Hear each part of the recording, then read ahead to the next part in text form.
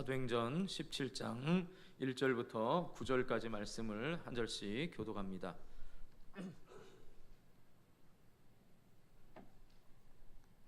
그들이 암비볼리와 아볼로니아로 다녀가 데살로니가에 이르니 거기 유대인의 회당이 있는지라.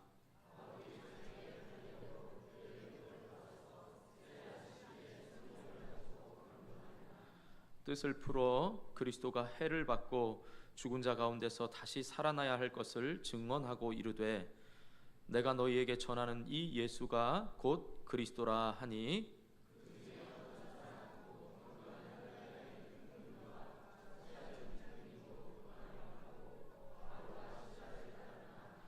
그러나 유대인들은 시기하여 저자의 어떤 불량한 사람들을 데리고 떼를 지어 성을 소동하게 하여 야손의 집에 침입하여 그들을 백성에게 끌어내려고 찾았으나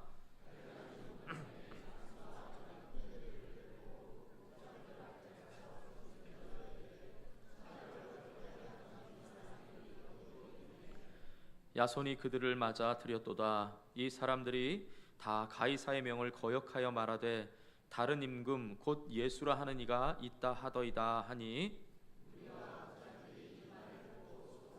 함께 야손과 그 나머지 사람들에게 보석금을 받고 놓아 주니라. 아멘. 우리 좌우 앞뒤에 있는 분들을 축복하면서 이렇게 인사하겠습니다. 세상을 진동시키는 사람이 되시기 바랍니다. 한 번 더 축복하면서 인사하겠습니다. 능력 있는 복음을 전하시기 바랍니다. 항상 제가 말씀 전에 인사를 시키고 축복을 합니다. 그 축복의 말이 곧 오늘 말씀의 핵심이 되는 말입니다. 여러분 입술로 선포하시고 축복하여서 오늘 이 두 가지 축복이 여러분의 삶에 계속해서 간증이 되어질 수 있기를 주님의 이름으로 축복합니다. 우리는 계속해서 사도행전을 보고 있고요. 또 지금은 바울의 2차 전도 여행을 살펴보고 있습니다. 자, 오늘 말씀은 마케도냐 중심 도시인 데살로니가에서 일어난 사건을 말씀하고 있습니다. 바울과 그의 일행들이 지금 데살로니가에서 전도하면서 그 데살로니가에서 바로 데살로니가 교회를 세우게 됩니다. 우리가 지난주에는 빌립보에서 마게도냐, 그러니까 아시아로 가고 싶었던 바울을 하나님께서 환상 가운데서 마게도냐 사람이 우리를 와서 도우라는 성령의 강한 권고로 말미암아 지금 마게도냐라는 유럽으로 가게 됩니다. 그리고 그 도시에 바로 처음 관문인 성인 빌립보에서 우리가 지난주에 바울과 실라가 복음을 전하고 또 거기에 감옥에 갇히는 사건을 보았습니다. 세 가지 사건이 있었죠. 바로 회당이 없어서 기도처인 강가에 가서 루디아라고 하는, 루디아에서 온 여인인 루디아 가정을 통하여서 그곳에서 가정교회가 세워지고 빌립보 교회가 세워지고 또 오는 길에는 귀신 들린, 그래서 점을 잘 치는 귀신 들린 여종을 바로 귀신을 놓아주는 사건을 통하여서 그 일로 인하여서 감옥에 갇히게 되고 거기에서 간수를 만나서 그 간수가 내가 어떻게 하여야 구원을 얻으리까 라는 그 간수의 고백이 바로 그 가정을 구원했고, 그래서 루디아의 가정과 이 간수의 가정을 통하여서 바로 빌립보 교회가 세워진 것을 우리가 지난주에 살펴보았습니다. 그래서 세 가지 사건이지만 바로 두 명의 사람을 통하여서 하나님이 두 가정을 통하여 어떻게 빌립보 교회가 세워졌는지를 살펴보았다면 오늘 이 데살로니가에서 일은 하나의 사건입니다. 그러나 이 사건보다는 바로 이 사건을 통하여서 볼 수 있는 바울과 실라를 향한, 바로 데살로니가 사람들과 유대인들이 바울과 실라를 어떻게 평가하는지가 바로 데살로니가 교회가 세워주는데 중요한 역할을 차지했다라는 것입니다. 그래서 저는 이 바울과 이 실라가 어떤 역할을 했는지, 바울과 실라라는 인물의 평가에 대해서 좀 살펴보면서 은혜를 나누려고 합니다. 자, 바울과 실라는 세상을 진동시키는 사람이었습니다. 그들이 가는 곳마다 그 도시를 흔들어 놓았다라는 것입니다. 여러분, 진동시킨다는 것, 흔든다는 겁니다. 마치 지진이 나서 온 땅이 흔들리는 것처럼 바로 그리스도인들이 가는 곳마다 진동이 일어났는데 그 대표적인 사람이 바울과 실라였다는 거지요. 자, 바울과 실라에 대해서 빌립보에서는 어떻게 바울과 실라를 고소했냐라고 하면, 고소하다 이게 아니고요. 어떻게 소송을 걷냐, 죄목을 붙였냐면 우리 성을 심히 요란하게 하는 자들이라 이렇게 붙였습니다. 우리의 성을 심히 요란하게 한다라고 했는데, 오늘 본문에 보니까 데살로니가에서는 뭐라고 했냐라고 하면 천하를 어지럽게 하는 사람들이다라는 이 죄목으로 고소를 했다라는 것입니다. 자, 보세요. 바울을 고소하는 사람들은 바울과 실라가 세상을 무너뜨리고 어지럽게 하는 사람들로 봤습니다. 오히려 그 사람들이 세상을 혼란케 하니까 그 사람들이 하는 모든 일을 막아야 된다라고 생각한 겁니다. 그러나 하나님 편에서는 바로 세상을 혼란하게 하는 게 아니라 세상을 진동시키는 일입니다. 어떻게 진동시키냐? 악독과 불의를 흔들어서 하나님의 공의를 바로 세우게 하고, 거짓을 흔들어서 하나님의 정직함과 진실하심을 나타내고, 또한 하나님의 심판이라는 그 심판을 흔들어서 하나님의 구원의 사랑을 흔들어 놓는 사람들이 바로 바울과 실라였다라는 사실입니다. 그러니까 저와 여러분에게 있어서 어떠한 사건보다는 저와 여러분을 향하여 세상 사람들이 볼 때에, 야, 저들은 세상의 가치관을 따라가는 사람들이 아니라 세상의 가치관을 흔들어 놓아서 바로 하나님의 공의와 하나님의 심판에서의 구원을 말하는 사람들이구나라는 이런 세상을 흔들어 놓는 사람들이 될 수 있기를 주님의 이름으로 축복합니다. 자, 세 가지 흔들어 놓는 요소가 오늘 본문에 세 가지가 나오는데, 오늘은 한 가지만 살펴보고 다음 주에 두 가지를 또 살펴보면서 은혜를 나누려고 합니다. 아무쪼록 오늘 나오신 분들은 오늘 그냥 한번 교회 방문해보자 라고 지나왔더라도 다음 주까지 여러분 꼭 오셔서 정말 세상을 흔드는 바울과 실라의 모습을 통하여 데살로니가 교회가 어떻게 세워지고 하나님의 복음이 확장되었는지 바로 살펴보면서 저와 여러분들도 세상을 흔드는 그런 사람들이 될 수 있기를 주님의 이름으로 축복합니다. 자, 먼저 세상을 진동시키는 요소가 뭐냐라고 하면 가장 중요한 것은 바로 능력 있는 하나님의 말씀이 바로 세상을 진동시키는 요소가 된다라는 것입니다. 바로 바울과 실라는 말씀으로, 능력의 복음의 말씀으로 세상을 진동시키는 사람들이었다라는 것입니다. 자, 우리 1절 말씀 한번 읽어보겠습니다. 1절 같이 읽습니다. 시작.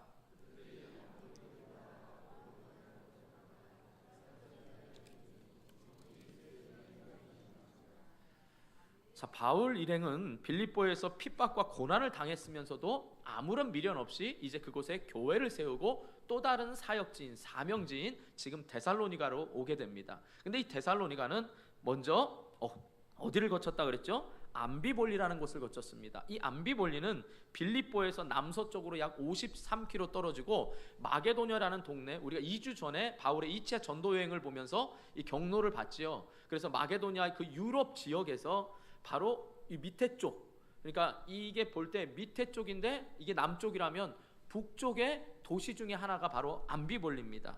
그리고 그 암비볼리에서 또 남서쪽으로 내려가다 보면 약 43km 지점에 아볼로니아가 있습니다. 그리고 또 그곳에서부터 64km 떨어진 도시가 바로 오늘 나오는 데살로니가입니다. 제가 퀴즈를 하나 내겠습니다. 누가 암산을 잘하나? 자, 암비볼리는 빌립보에서 53km 떨어졌습니다. 아볼로니아는 암비볼리에서 43km 떨어졌습니다. 그리고 이 아볼로니아에서 데살로니가는 64km 떨어졌습니다. 합하면 몇일까요? 예, 훌륭하십니다. 160km입니다. 그러니까 지금 빌립보에서 약 160km의 거리를 지금 이동해서 복음을 전합니다. 괜히 데살로니가로 온 게 아닙니다.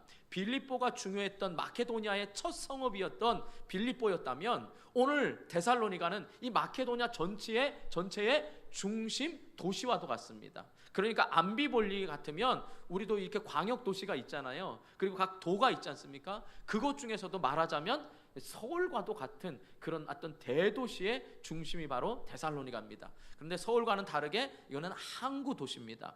그리고 지금 현재 당시에 그리스의 아테네가 제1도시라면 지금 현재도 두 번째 도시가 바로 데살로니카라는 곳입니다. 자, 그런데 지금은 아니고요. 제가 사전에 보니까 2011년에 보면 조사에 의하면 이 데살로니가 시의 인구가 32만 2,240명이었답니다. 지금 서구 인구가, 우리 인천의 서구 인구가 몇인지 아십니까? 30만 명이 넘어서 약 한 1만 명, 2만 명, 35만 명, 이 정도 돼서 하여간 30만 명 넘었다 그런 데가 엊그제 같은데, 굉장히 많이 늘어날 것입니다. 그러니까 30만의 현재 지금 이 데살로니가 지역이 당시에 정말 엄청난, 그때의 당시로 말하면 뭐예요? 약 지금 2000년 전이죠. 훨씬 한 약 2000년이니까 정확히 말하면 예수님 돌아가시고니까 한 1800 몇 시가 됐죠? 1800이 아니죠. 1900, 한 80년, 90년 이 정도. 뭐 정확히 안 해도 암산이 잘 안 되네요. 여러분들도 지금 암산하고 있느라고 있는 것 같은데, 자, 어쨌든 그 1900년 이상의 그때 당시에 인구가 20만이었다면 굉장한 대도시였죠. 근데 특징이 뭐냐? 항구 도시인데 경제적 특구로 지정을 했습니다. 경제 특구는 뭔지 알겠죠? 경제 활성화를 위해서 외국인이든 누구든 이곳에서 상업을 하고 경제적인 이익을 볼 때 어떤 제약이나 제재를 이게 많이 생략해 준다는 겁니다. 더욱이 이 데살로니가가 로마의 지배를 받고 있었음에도 불구하고 데살로니가에는 로마 군인이 없었습니다. 그만큼 로마의 강력한 통치와 제재보다는 그곳이 경제 특구로서 어떤 에게해에 지나는 유럽의 항구 도시로서 모든 사람들이 와서 그곳에서 상업과 무역을 하도록 풀어준 경제 특구라는 거죠. 이게 왜 경제 특구가 중요하냐? 오늘날도 그렇지만 당시에 유대인들은 어떻게 해요? 장사를 잘하는 민족이었습니다. 그러니까 데살로니가에서도 당연히 어떻게 해요? 유대인들의 숫자가 많았겠지요. 장사를 워낙 잘하니까. 그럼 유대인이 많이 늘어난다는 건 뭐죠? 그들이 회당이 많다라는 거예요. 제가 이렇게 서론을 설명하면서 배경을 이야기한 거는, 여러분 빌립보에서 지난주에는 어떻게 했어요? 회당이 있었어요? 없었어요? 없었어요. 그래서 유대인들의 습관은 회당이 없으면, 회당은 몇 명의 남자가 있어야 되죠? 가장들. 무조건 남자가 아니라 한 가정을 이루는 가장 몇 명 있어야 회당 하나를 만들 수 있죠? 10명입니다. 그런데 빌립보에는 당시에 빌립보 배경이 유대인들에 대한 박해가 있었다 그랬지요. 그래서 여러 명의 바울과 일행들이 있었지만 특별히 유대인인 바울과 실라만 옥에 가뒀다 이렇게 말씀을 드렸잖아요. 그래서 기도처인 강가에 가서 루디아라는 여인을 만난 겁니다. 자, 그런데 오늘은 경제 특구인 이 데살로니가에는 바로 유대인들이 많았다는 거죠. 그래서 오늘 1절에 보면 회당으로 갔는데, 이 회당이 유대인이라고 붙을 때는 정관사가 거기에 붙었고, 회당일 때는 정관사가 붙지 않았습니다. 정관사라는 건 뭐예요? 오직 하나, 그거라는 거잖아요. 그러니까 유대인들만이 만들 수 있는 회당인데 회당에 정관사가 안 붙었다는 건 뭐예요? 많은 유대인들이 있어서 많은 회당이 있는 중에 그 중에 하나의 회당이다, 이런 뜻입니다. 데살로니가에 회당이 하나 있었다는 뜻이 아니라 그 경제 특구에 유대인들이 많았는데 그곳에 많은 회당 중에 지금 하나를 찾아갔다, 이 말인 거죠. 이해하셨습니까? 그럼 여러분, 회당을 찾아가는 게 뭘 그렇게 중요하냐? 자, 여기서 보면 2절 한번 보세요. 또 2절 같이 읽습니다. 시작.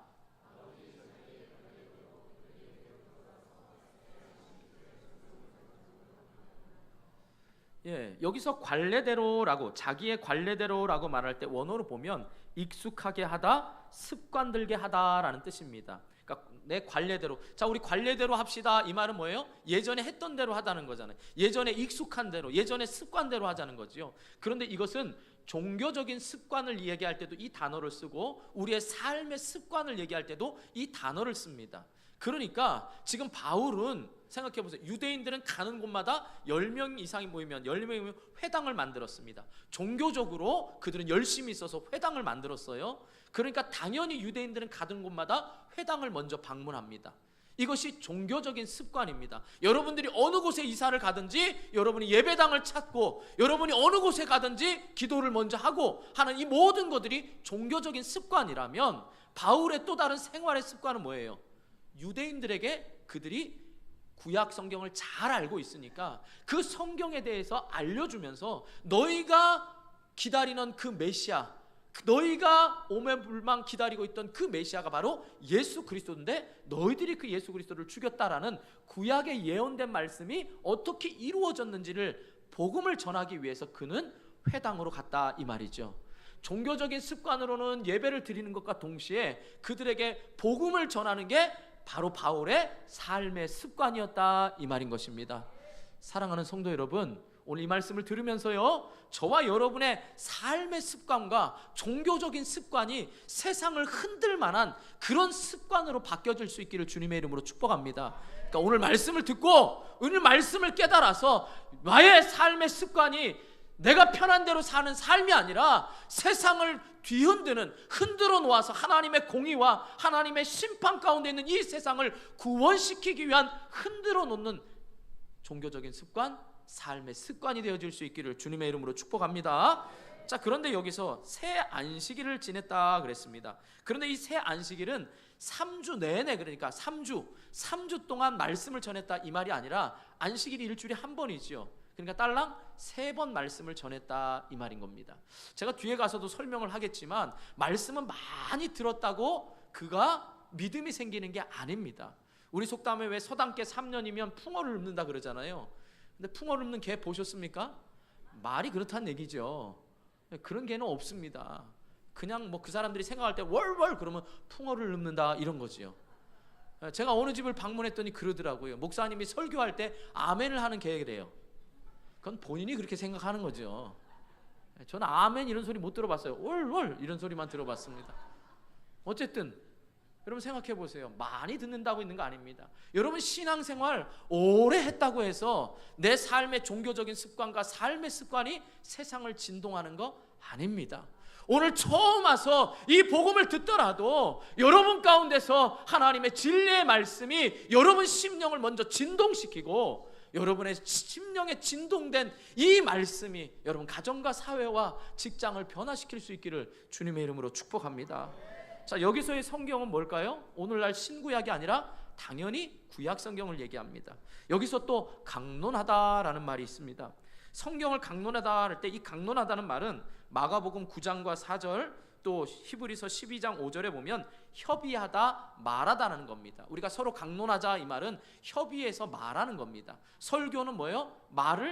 말씀을 통해서 가르치는 거잖아요. 그러니까 강론은 협의해서 말하는 겁니다. 그런데 바울을 통해서 특별히 사도행전에서 계속해서 이 단어가 쓰일 때는 이 바울을 주어로 해서 뭐라고 하냐? 논쟁하면서 말할 때 이 단어를 썼습니다. 그러니까 논쟁하면서 말한다는 게 뭐예요? 바울이 유대인들을 향해서 너희가 알고 있는 구약의 그 성경이 어떻게 예언된 건데 선지자로부터 예언돼서 그 예언에 따라 예수 그리스도가 오셨는데 너희들이 아는 그 말씀이 잘못됐다라는 것을 논증하면서 계속 말하는 때에 이 단어를 썼다 이 말이죠.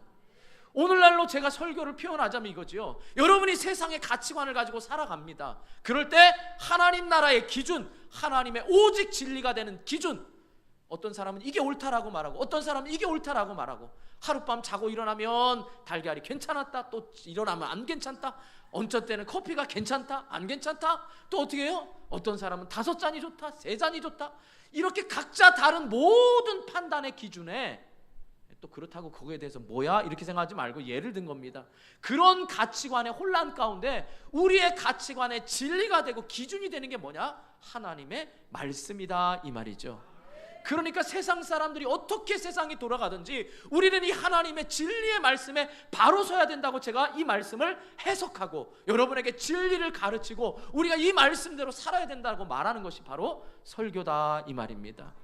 자, 그런데 뭐라고 바울이 강론을 했겠어요? 당연히 유대인들을 향하여 너희들이 잘못 알고 있다 이걸 강론했다면 마치 예수님께서 실제로 공생의 기간 동안에 유대인들을 향하여서 잘못된 가르침에 대해서 예수님이 하나님 나라의 비밀을 가르쳐 준 것처럼 또 하나님 나라에 대해서 잘못 아는 사람들에게 하나님 나라를 가르쳐 준 것처럼 지금 바울이 말씀을 전하고 있다라는 거죠. 그런데 그 말씀의 핵심이 뭐냐? 3절 보시기 바랍니다. 우리 큰 소리로 같이 읽겠습니다. 시작.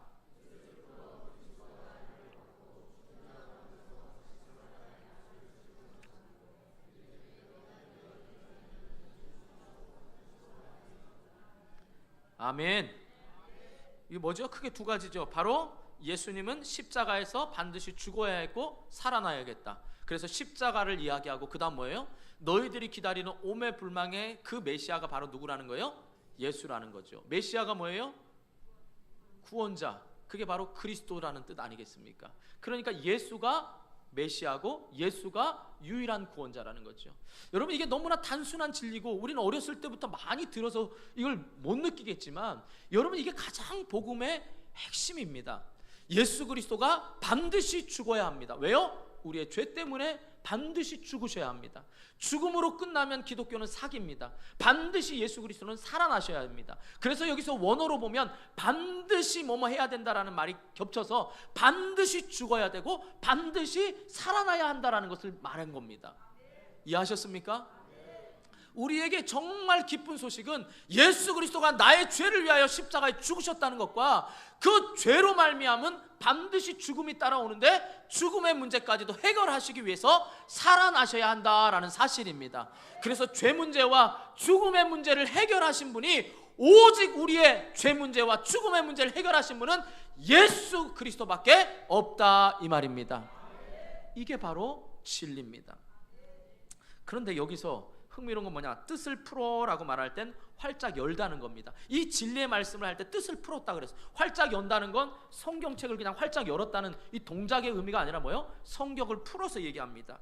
바로 중요한 건 뭐냐? 여기서 증언하고, 이게 흥미로운 거예요. 증언하다라는 말이 뭐예요? 우리 뭐 증인돼서 증언 말하다 이 뜻이 아니고요, 두 가지 단어가 합성입니다. 우리 성령을 얘기할 때 보혜사 성령 하지요. 그래서 보혜사 성령을 원어로 뭐라 하죠? 파라클레토스에서 파라가 곁에고 클레토스가 돕는 자잖아요. 그러니까 성령은 우리 곁에서 돕는 자지요. 근데 여기서 증언할 때 바로 파라 뭐뭐 곁에라는 말과 그 다음에 티테미라는 말의 합성어로 뭐냐? 이렇게 놓다라는 거예요. 곁에 놓다, 곁에 두다라는 뜻입니다.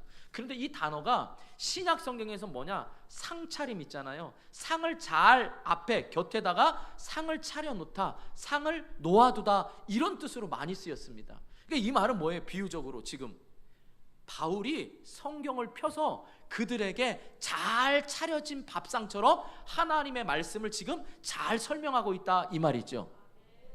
여러분, 목회자는요, 여러분에게 설교를 할 때 잘 차려진 밥상, 그것이 뭐 재밌는 이야기가 됐던 예화가 됐던 뭐가 됐던 여러분에게 잘 맛있는 밥상을 차려놓습니다. 그러니까 밥상을 차려놓는 요리사나 주부가 잘 해야 되는 것도 맞습니다.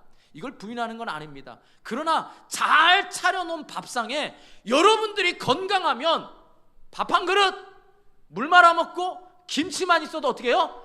잘 먹었다, 이렇게 말하는데, 여러분이 비실비실하면 어떡하죠? 아무리 진수성찬 갖다 줘도 입맛이 없어. 왜 맨날 똑같은 것만 줘? 이건 뭐예요? 우리가 건강하지 않기 때문이라는 거예요. 여러분, 잘 깨달으셔야 됩니다. 모든 목회자의 설교에 있어서 반드시 들어가야 될 말씀과 반드시 우리가 예배 중에 깨달아야 될 게 뭐냐? 내 죄 문제와 죽음의 문제를 해결하실 수 있는 오직 유일한 그리스도, 유일한 구원자가 바로 누구라고요? 예수 그리스도라는 사실입니다. 이게 우리가 말씀마다 깨달아야 되는 겁니다. 여러분, 일주일에 삶 어땠습니까? 여러분 스스로 할 수 있는 일이 있었습니까? 여러분 다짐하면서 살면서 어떻게 했습니까? 마음에 죄 안 짓고 정말 난 선하게 살았습니까? 하나님의 뜻대로 살았습니까? 하나님이 원하는 대로 살았습니까? 늘 오면 우리는 어떻게 해요? 연약한 죄인임을 늘 깨닫게 되는 겁니다. 이 예배당에 들어서는 순간마다 늘 죄인임을 깨닫게 되는 겁니다. 주님, 절 지금 부르지 마시고요, 조금 있다가 조금만 더 세상 즐거움 맛보다가 조금만 있다가 제가 주의 일 충성하게 해주세요. 주님, 제가 지금은 좀 바빠요. 그러니까 조금 모른 채 하시고 조금 제가 여유로울 때 저에게 좀 부담을 주세요. 뭐 이렇게 말할 수 있지 않겠습니까? 예수는 지금 잘 믿은 것 같습니다. 여러분, 겉으로 보면 건강한 것 같아요. 그런데 여러분 어떻습니까? 여러분, 말씀 앞에서 여러분이 죄인됨을 날마다 깨닫습니까? 내 혼자 힘으로는 어찌할 수 없는 죄인이라는 사실을 깨닫습니까? 그럼 깨달으셔야 됩니다. 깨달으셔야 나의 이 죄된 성품을 나 혼자는 할 수 없길래 예수 그리스도의 보혈의 공로가 필요하고 그 십자가 사랑만이 다시금 나를 일으켜서 나는 안 돼, 나는 안 돼, 안 돼라는 이 나의 이 연약함에 뭐예요? 괜찮아, 괜찮아, 너는 내 아들이야. 창세전부터 내가 널 택했어. 내가 너를 지명하여 불렀어. 너는 내 거야. 내가 내 사랑하는 아들 독생자 예수 그리스도를 핏값을 주고 너를 샀어. 그러니까 넌 내 거야. 네가 싫더라도 절대 너는 떠날 수 없어. 내가 너를 붙들고 있기 때문이야. 여러분, 이게 주일 말씀마다 우리가 깨달아져야 되고 믿어져야 되는 건강함이다라는 사실입니다. 그런데 너무 똑같다 보니까 너무 많이 들었잖아요. 그러니까 어떻게 해요? 이 말씀 들을 때마다 매일 똑같은 밥에 매일 똑같은 반찬이야. 여러분, 이렇게 생각하십니까? 어떠세요, 여러분? 어른들 하루 3끼 중에 밥 안 먹어도 사십니까? 나는 입이 서양식이야, 이런 분 계세요? 왠지 우리는 밥을 먹어야 밥심으로 살잖아요. 또 한국인 밥상에 김치 없으면 또 노래도 있잖아요. 김치 없이 못 살아, 정말 못 살아. 여러분, 사십니까? 난 김치 안 어울려, 뭐 그럴 수는 있어요. 그러나 적어도 다른 건 다 몰라도 여러분, 식사 안 하고 살 수 있는 분 있습니까? 말씀이 우리의 영혼의 양식이라는 걸 믿습니까? 이걸 여러분이 사모해야 됩니다. 이따가 제가 결론적으로도 말씀드리겠지만 왜 우리의 영혼이 진동시키는 이 비결을 여러분 분명히 깨달아야 된다, 이 말인 것입니다. 자, 그러면서 그러니까 지금 잘 차려진 밥상을 얘기하는 거예요. 자, 그러면서 뭐라고 얘기했느냐? 예수가 그리스도라는 것과 바로 예수님이 반드시 죽으셔야 되고 부활하심을 말씀했다라 그랬습니다. 그런데 놀라운 일이 일어났습니다. 이 단순한 진리, 이 진리를 듣고 4절 말씀 보시기 바랍니다. 우리는 다 아는 거니까 여러분 별로 감동이 없는데 이 4절 말씀 한번 보세요. 같이 읽습니다. 또 시작.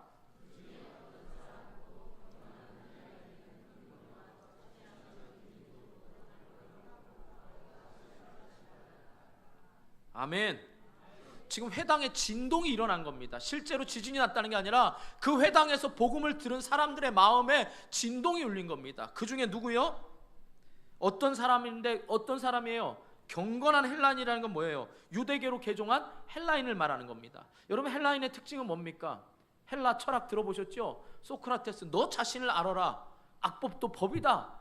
소크라테스, 플라톤, 아리스토텔레스가 다 자기들의 조상이고 여전히 그들의 제자들이 어떻게 해요? 인생의 문제와 철학을 가지고서 인생의 진리를 발견한다고 다들 저마다 하면서 스피노자 같은 사람 뭐라고 했습니까? 내일 지구가 멸망할지라도 뭘 심는다고요? 사과나무.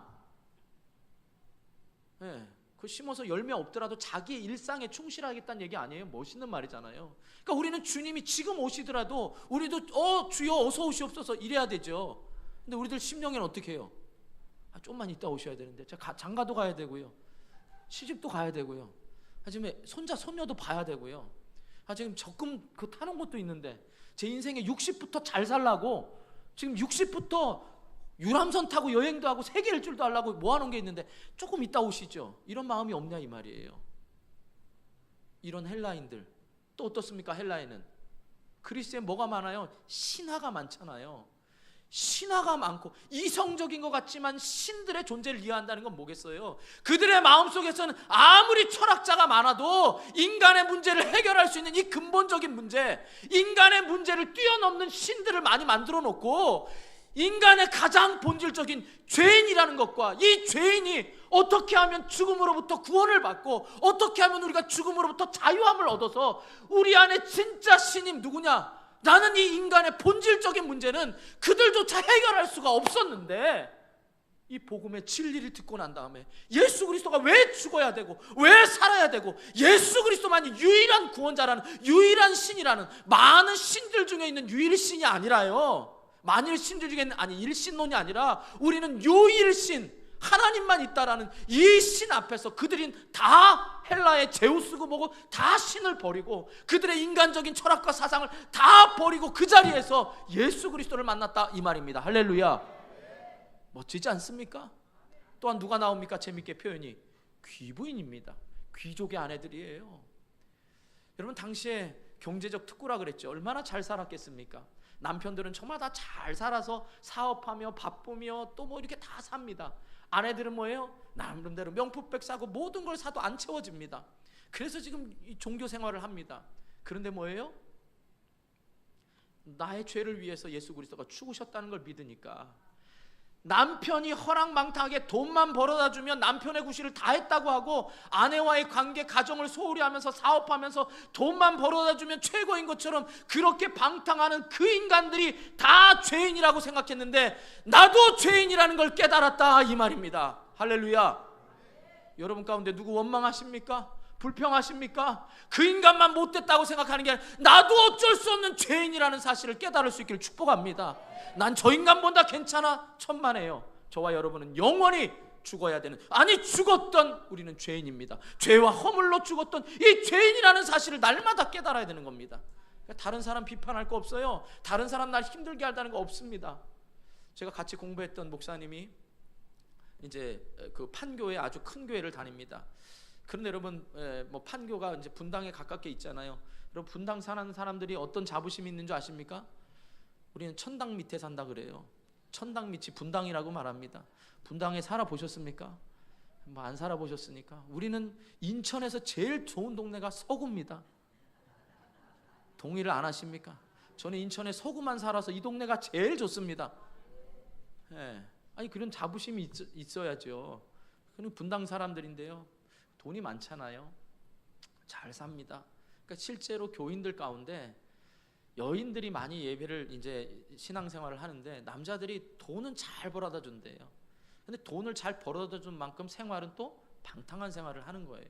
그러니까 가정을 돌보지 않는 거지요. 그러니까 이 여인들이 아무리 명품백과 명품 옷을 입어도 해결이 안 되는 거예요. 여러분, 부부간에는요, 남편과 아내가 서로 사랑해야 그게 행복한 거예요. 자식도 크면 채워지지가 않습니다. 여러분, 자식에게 기대하는 거 그거 정말 착각입니다. 아셨습니까? 자식이 보험이라는 말은 옛말입니다.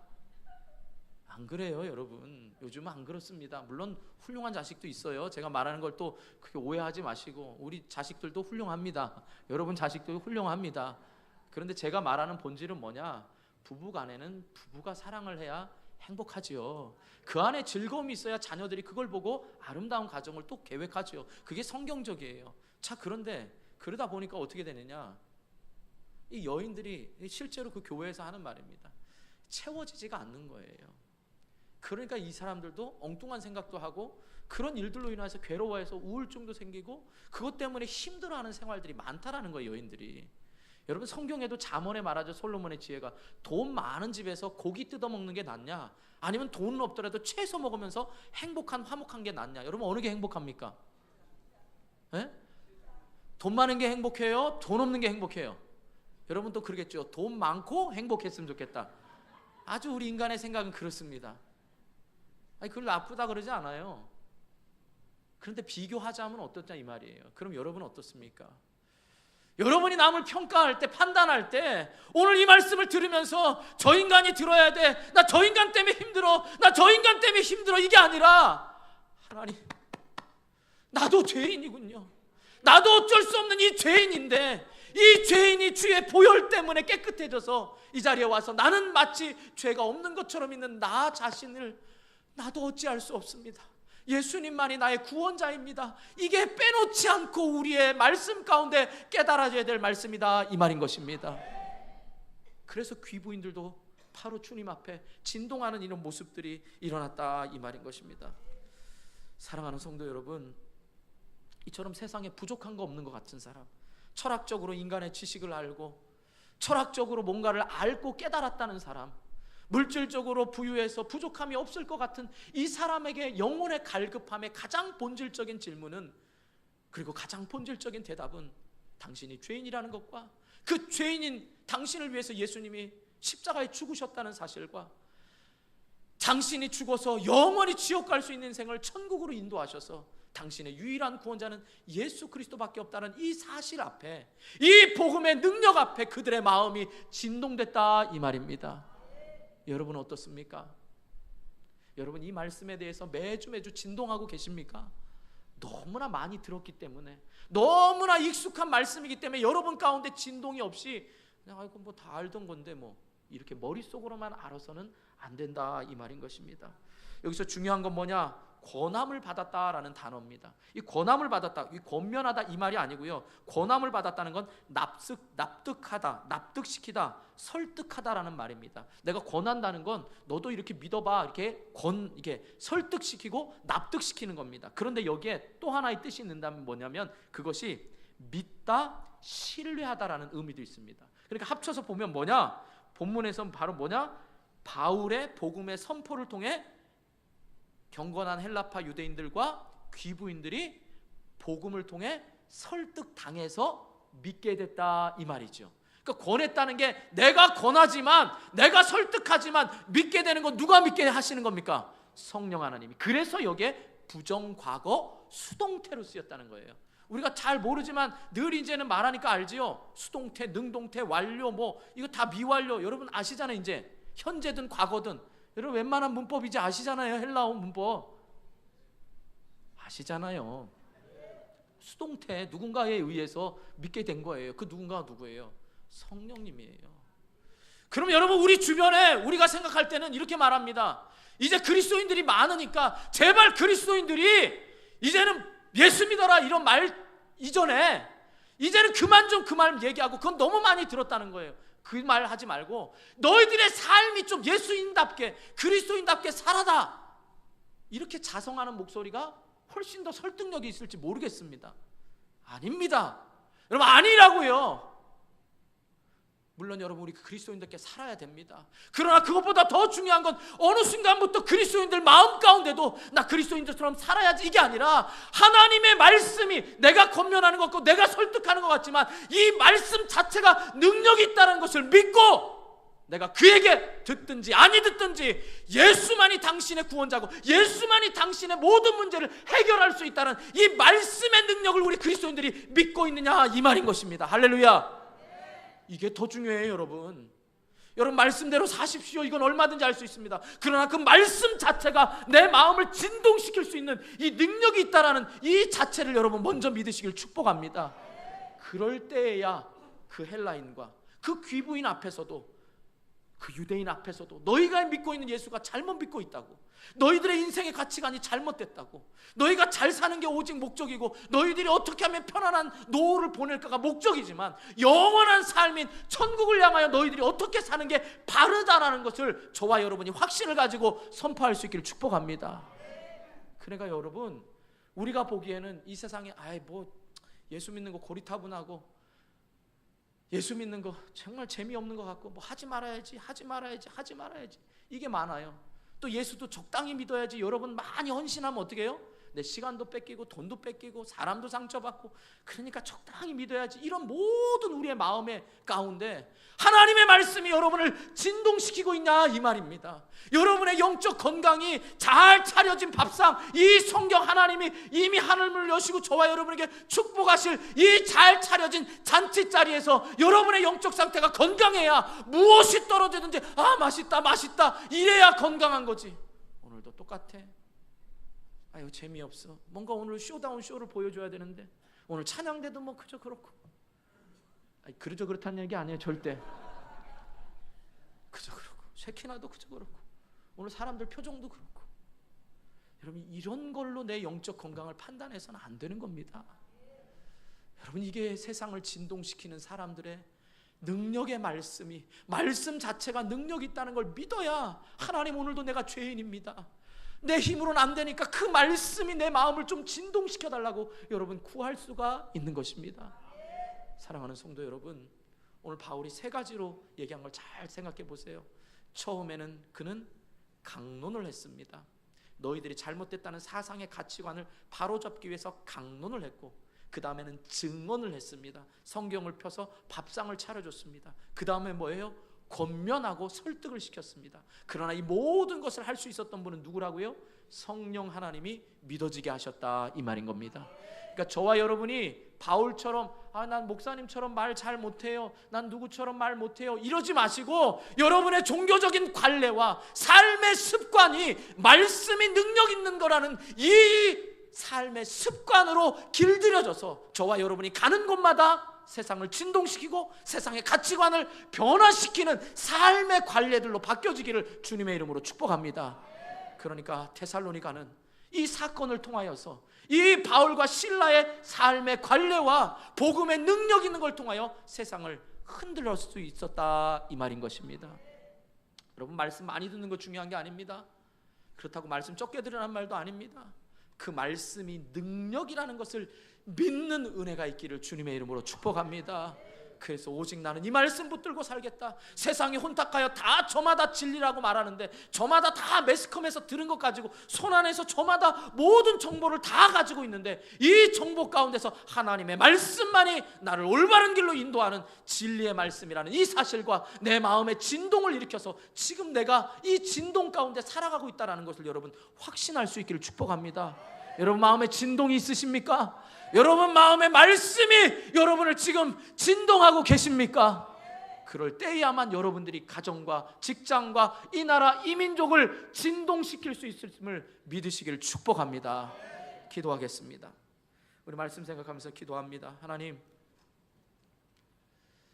내가 말씀을 대할 때마다 밥상에 탓하면서 내 영적인 건강함은 생각하지 못하고 진리의 말씀 앞에 얼마나 말씀을 붙들고 있는지, 말씀이 귀하다는 건 알지만 그 말씀이 나의 삶을 주장하고 내 마음을 진동할 때마다 이 운동의 진동에 반응하고 있는지, 아니면 여전히 세상의 가치관을 따라가면서 여전히 잘 살고 잘 먹고 이런 거에 관심을 갖고 있는지, 나는 세상을 진동시키는 사람으로 하나님이 보내셨는지, 아니면 나는 진동에 휘둘려가는 사람으로 내 가정과 직장에 있는지, 늘 다른 사람을 원망했습니다.